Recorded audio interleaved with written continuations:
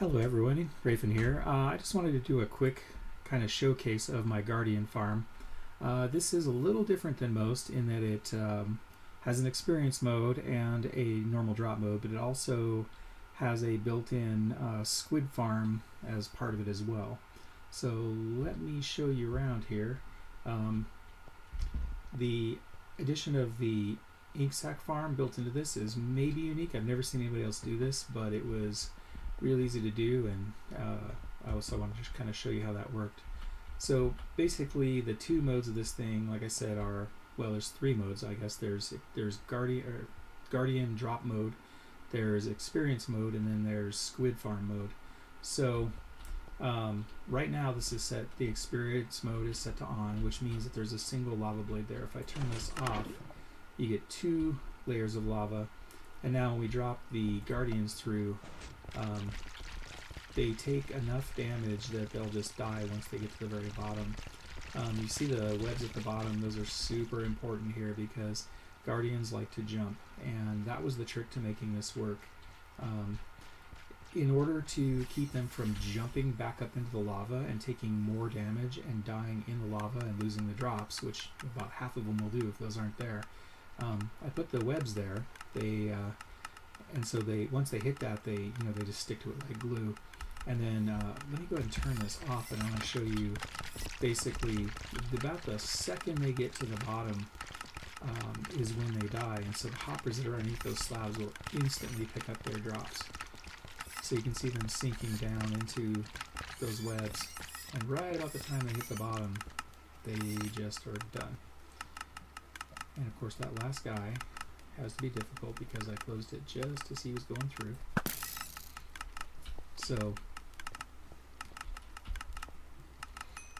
anyway, so that's the normal drop mode, and then if I switch this to experience mode, then they'll fall through, same idea, they fall through, but then they won't take enough damage to actually die. And then this dispenser here will dispense a splash potion of poison 1, just a regular one, and then afterwards we'll throw a splash potion of harming to actually kill them. So let me go ahead and turn this on now. These guys will drop through. Let me show you something up here though, it's important as well. If they go too fast through this lava, especially in the experience mode or in the normal drop mode, they either won't die at the bottom, not all of them will die, and then they'll end up eventually accumulating a bunch of live ones down there, which is not what you want. Or they they'll just, if they go too fast through, they just won't take enough damage. So what this does is that basically the water where it stops there, it kind of slows them down. They hit this, they slow down, and then they just kind of drop through. And yes, you'll see some of them swimming like this. That guy just swam back up. He can't go far. He'll keep fighting the current for a bit, and then he'll fall down. You get a pretty constant stream, especially if you're in drop mode. They just keep coming. As soon as one dies, another one spawns. One die, one spawns. Constant traffic. They'll knock each other through. Looks like I've hit the cap now. So anyway, so this is a trick here. So you really want to slow them down enough to drop through. And now that I've got them here, and it's super important that none of these be on fire. If they're flaming and you hit them with a splash potion of poison, the second the flame stops, it also clears the potion damage, and so they won't take enough damage to actually die when you hit them with the with the damage potion. So let me go ahead and close that, and then hit them with poison. This will knock them down to basically half a heart. It's important that you do this. If you throw the potion at them, they're not all going to take uniform damage, and not all of them will die. You really want to do it with that dispenser. The damage potion, on the other hand, if you use a dispenser, you will not get any experience at all. So you definitely want to throw this. So I basically stand here, and then just throw this and switch to my looting sword. Get maximum drops. They all die. The items will start shooting up. There we go. And then I can pick up my crazy amount of experience. Now see, I'm level 208, and you can see how quickly I'm leveling up. That's a lot of experience.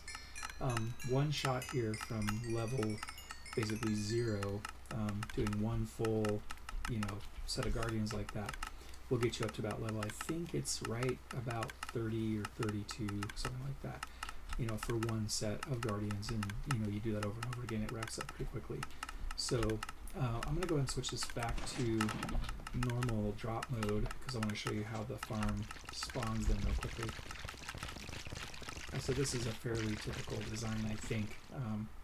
I had seen other designs and I didn't really copy anything. I just sort of, took bits and pieces of existing designs.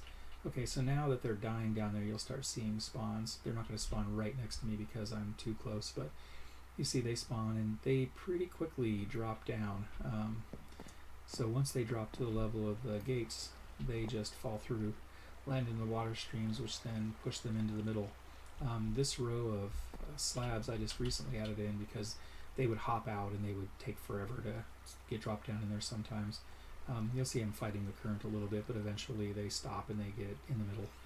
And so they move pretty quickly, and so you get a pretty constant stream. Like I said, if you're not standing like right here, you get a little better drop rate.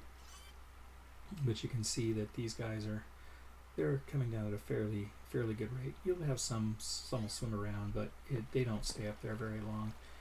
If you go down to the bottom here, it doesn't look like you're getting a lot of spawns here, but when you come down to the kill chamber and you actually watch, you can see that there's a pretty steady stream. They just don't stop coming, and you get a constant stream of items. I don't know if I said, but this farm does about 8,400 items per hour. I tested it with Nembot MC's counter that he used in his witch farm, I believe, his witch farm video. So the items get shot down here, and I basically just have a huge array of silos, so each one holds about 24,000 items. I decided to go ahead and collect some of the cooked fish because now they made the change there with these die by fire. The fish is cooked. I originally wasn't capturing into this, but I figured I'd get one full set and then I'd just basically turn that off and let it stay full. It's food, cooked food if anyone wants it. I also getting I think the right ratio is about 3, maybe 4 of these to 1 of the crystals. You do actually get a lot of the crystals for making the sea lanterns. I actually have way too many sea lanterns. I mean, that's probably one of the cheapest blocks on the server. Prismarine is cheaper than cobble with this farm, believe me. And then the ink sacs, I have basically an unlimited supply. I think it took about 3 hours initially of AFK time to get this to completely fill up. I recently pillaged a whole bunch for ink, making dyes for prep for the new update with the new concrete blocks and the terracotta blocks. I need a lot of dye, so I've been trying to make up a bunches of different colors of dye. So I grabbed a whole bunch of ink sacs. So that's basically the Guardian mode. The trick to spawning the actual squid is I have 2 platforms up there. This one right here will give you about maybe, I don't know, you get a lot of ink sacs, but you also still get a lot of Guardian drops. If you go to the very top, that's basically just in the range where the 128 radius sphere for spawning mobs just hits this water right here. And so you'll get a huge number of Guardians, and squid will spawn in this thing. And so the Guardians will kill the squid, or they'll just fall into the lava like they do normally anyway. And you'll end up with just a ton of ink sacs. Like I said, about 3 hours to get 24,000, and I doubt if I'll ever need to do that again in the life of the server, because that's just a huge number of ink sacs. Even with making all the dark prismarine, you still can only use so many of those. You get some in here anyway, and so just it'll end up staying fairly topped off, and if I ever need it, I can just go up top for 20 minutes and it just fills it back up again.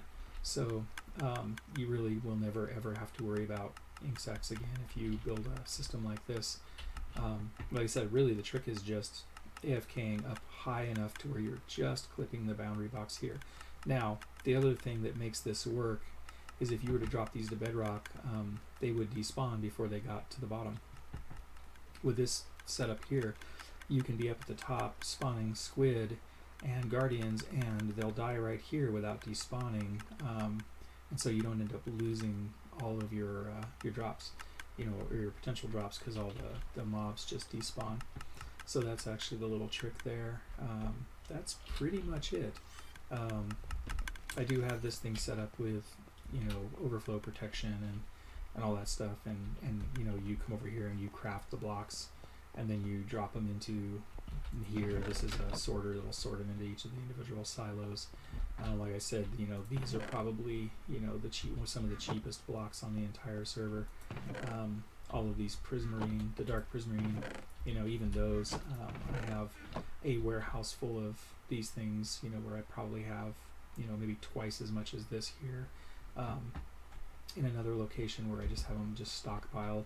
So, like I said, there, you can use as many sea lanterns anywhere you want on this server because they're cheaper than cobble, literally.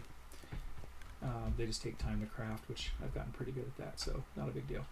Anyway, that's it. I just wanted to kind of give you a brief overview of what's happening there, and thanks for listening, and I hope this was helpful to somebody, and take care. Bye-bye.